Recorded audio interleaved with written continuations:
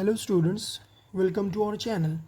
आज का हमारा टॉपिक है हम किस तरह मोल्स को मॉलिक्यूल नंबर ऑफ़ मॉलिक्यूल्स में कन्वर्ट कर सकते हैं और मॉलिक्यूल्स को नंबर ऑफ़ मोल्स या मास में कन्वर्ट कर सकते हैं, मतलब मॉलिक्यूल मोल कन्वर्जन या मॉलिक्यूल मास कन्वर्जन। तो इसके लिए हम कुछ एग्जांपल सॉल्व करेंगे जिससे हमें आसानी से पता चल जाएगा कि हम किस तरह ये कन्वर्जन करेंगे। अब फॉर एग्जांपल हमारे पास ये एग्जांपल है, इसमें 6.50 moles of CH4 methane given है और इसको हमने नंबर ऑफ़ मॉलिक्यूल्स में कन्वर्ट करना है। मतलब इसका क्या है, मतलब ये है कि फॉर एग्जांपल हमारे पास एक सिलेंडर है और उस सिलेंडर के अंदर 6.50 मोल्स ऑफ मीथेन मौजूद है CH4। अब हम इसमें नंबर ऑफ़ मॉलिक्यूल्स को किस तरह काउंट करेंगे। जिस तरह अगर कोई किसी सिलेंडर में बॉल्स मौजूद है तो हम तो एक एक बॉल उठा के उसको काउंट कर सकते हैं कि इसमें 20 बॉल्स है या 30 बॉल्स हैं। लेकिन how we will calculate the number of molecules, हम तो एक एक मॉलिक्यूल को उठा के उसको तो काउंट नहीं कर सकते। तो इसके लिए एक फार्मूला है और वो फार्मूला इस तरह है कि number of particles is equal to moles multiplied by Avogadro number. Na represents the Avogadro number and the value of Avogadro number is 6.023 into 10 raised to the power 23 molecules. Ions are atoms. ठीक है, तो अब हमारे पास हम मालूम करना चाहते हैं नंबर ऑफ पार्टिकल्स या नंबर ऑफ़ मॉलिक्यूल्स। पार्टिकल का मतलब ये है कि नंबर ऑफ़ मॉलिक्यूल्स, इसी यहाँ पर हम पार्टिकल की जगह मॉलिक्यूल भी लिख सकते हैं, एटम्स भी लिख सकते हैं, आयंस भी लिख सकते हैं, जो हम फाइंड आउट कर रहे हैं। तो यहाँ पर अब हम number of molecules find out करते हैं, तो हम यहाँ पर लिखेंगे नंबर ऑफ मॉलिक्यूल्स। लेकिन कौन से molecules? Number of molecules of CH4 will be equal to the moles of CH4 given multiply by the constant Avogadro number। तो मोल्स हमारे पास कितने हैं? 6.50 मोल्स, ये हमारे पास गिवन है। इस तरह Avogadro नंबर जो है ये है 6.023 multiply by 10 raise to the power 23। अब जब हम ये कैलकुलेटर से करेंगे तो number of molecules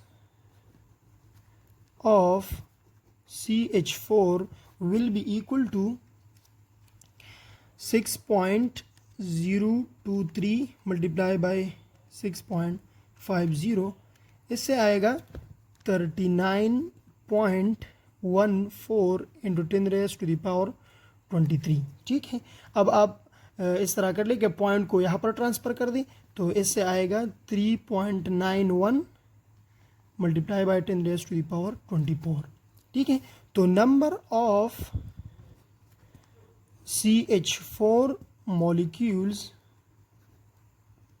becomes equal to 3.91 into 10 raise to the power 24 के जो सिलेंडर के अंदर हमारे पास CH4 मौजूद था उसमें actually 3.91 into 10 raise to the power 24 molecules of CH4 मौजूद थे। समझ आ गई इसकी?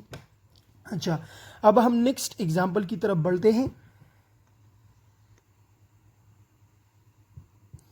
अच्छा, अब हमारे पास दूसरा एग्जाम्पल जो है वो है calculate mass of 6.68 into 10 raise to the power 23 molecules of PCl3। अब हमारे पास एक मॉलिक्यूल है फास्फोरस ट्राइक्लोराइड। इस मॉलिक्यूल के इतने मॉलिक्यूल्स मौजूद हैं 6.68 into 10 raise to the power 23 molecules. अब इतने अमाउंट ऑफ मॉलिक्यूल्स को हमने मास में कन्वर्ट करना है, तो हम किस तरह करेंगे?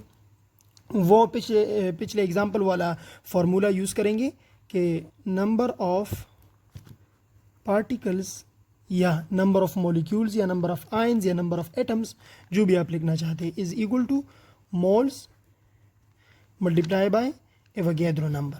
ठीक है, तो पहले वाले एग्जांपल में हमने नंबर ऑफ पार्टिकल्स कैलकुलेट करने थे, तो हमने यहाँ पर उस जो इस फार्मूले से हमने कैलकुलेट कर लिया। अब हम नंबर ऑफ मोल्स कैलकुलेट करना चाहते हैं। ठीक है, तो सबसे पहले हम क्या करेंगे? मास में कन्वर्ट करने के लिए हमें सबसे पहले मोल की ज़रूरत है, तो हम पहले इस मॉलिक्यूल्स की तादाद को मोल्स में कन्वर्ट करेंगे। तो हम इस फार्मूले को रीअरेंज करके मोल्स को अकेला रहने देंगे, तो ये moles will be equal to number of particles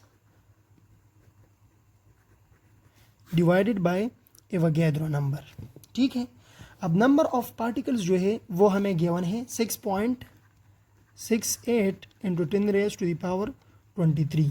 ठीक है, और जो एवोगैड्रो नंबर है ये हमें पता है, Avogadro number is equal to 6.023 into 10⁻23।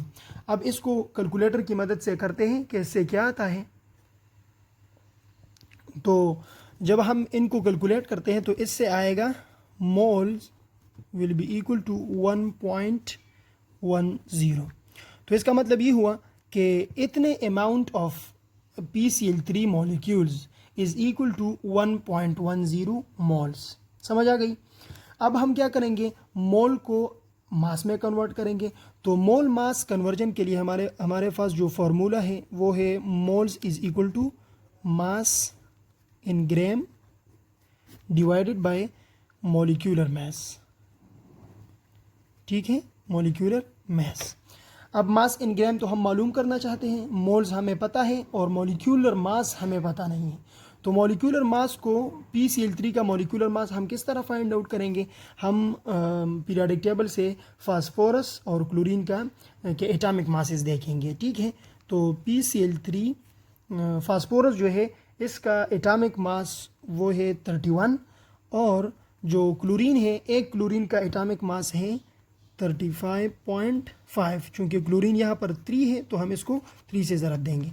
ठीक है, तो इससे आएगा 35.5 मल्टीप्लाई बाई 3 प्लस 31, इससे आएगा 137.5। तो ये 137.5 ये हो गया मॉलिक्यूलर मास। अब हमें मोल भी मालूम है और मॉलिक्यूलर मास भी मालूम है, तो हम आसानी से मास इन ग्राम कैलकुलेट कर सकते हैं। इस फार्मूले को हम रीअरेंज करेंगे। Molecular mass in gram will be equal two moles multiply by molecular mass. ठीक है, तो मोल हमें ऑलरेडी मालूम हो चुका है 1.10, this is mole, and molecular mass is 137.5। तो इसको 137.5 मल्टीप्लाई बाय 1.10, इससे आएगा 151.25। ये हो गया हमारा फाइनल आंसर मास इन ग्राम। तो अगर हमारे पास 6.68 into 10⁻23 molecules of phosphorus trichloride मौजूद हैं, तो इसका मतलब ये है कि इतने मॉलिक्यूल्स का मास होगा 151.25। ठीक है, इसका मास कितना होगा 151.25। ओके स्टूडेंट्स, अगर आप लोगों का कोई क्वेश्चन हो तो you can ask me in comment box.